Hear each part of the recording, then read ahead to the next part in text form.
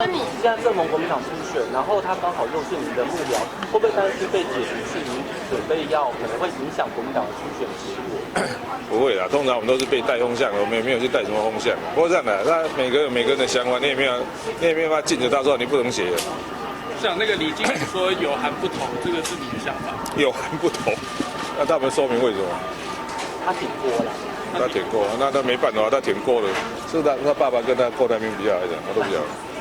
不过这样的，每个人有每个人的想法啦，这个世界上本来就是多元的。那你的想法呢？我还没有想法嘛。觉得郭台铭等我自己想要选，我再开始有想法，还来得及那如果你接到国民党的初选电话，第一个我平常都没有在家里，所以一定不会接到周记。第二，我平常手机都关着，只有晚上回家才打开看简讯，所以一定不会接到。那如果未来就是真的是韩国瑜出现的话，你会争取跟郭台铭的合作吗？会不会柯郭配或是郭柯配？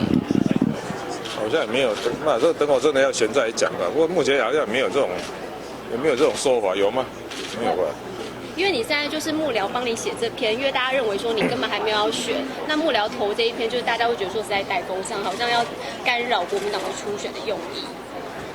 那每个人的想法，你们要去问他，怎么会问我呢？他谁写的谁负责？那你要他出来吗？有要求他出来帮我们说明一下。应该会吧？他应该你们没有找到他吗？他说以你的回应为准。他找你报备的时候，有跟你说他的文章内容方向吗？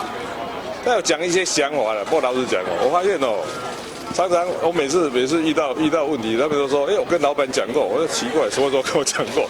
我发现我有个口头禅要改，我每次都说好，也是口头禅要稍微改一下。可是因为之前你才说要求他1个礼拜都不要出现，那他现在是在 PTT 上。他今天早上没有，他今天早上真的没有出现呢。